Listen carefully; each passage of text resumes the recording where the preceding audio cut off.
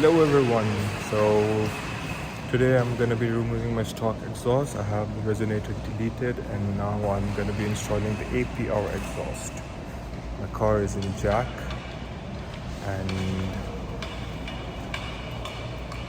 yeah, let's go through the process. And the best part is the valve controller of the stock OEM valve controller can be installed in the APR. You don't need to go through all those wiring.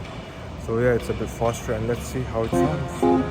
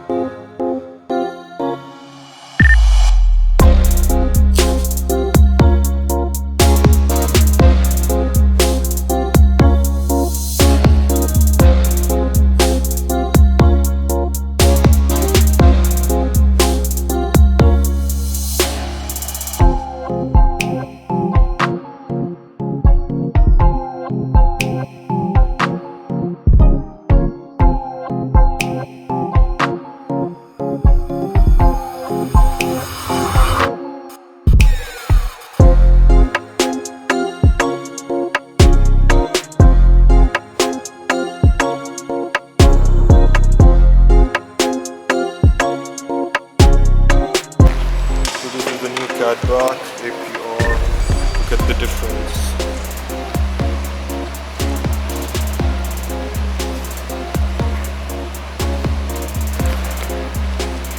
So this thing will come out from here and get plugged here.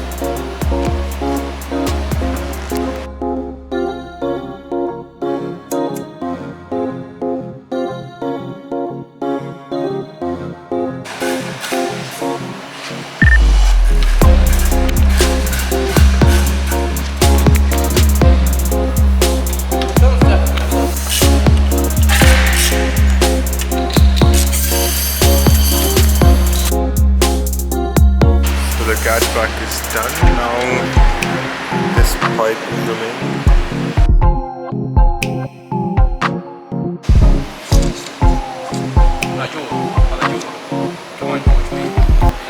We have almost fitted the catback, but I think there's a problem with the fitments. There's an issue, as you can see here. You have a 3-finger gap and no gap here. Same thing on this side. Let's see what we can do. I'll either change the exhaust or let's see if there's any solution to it.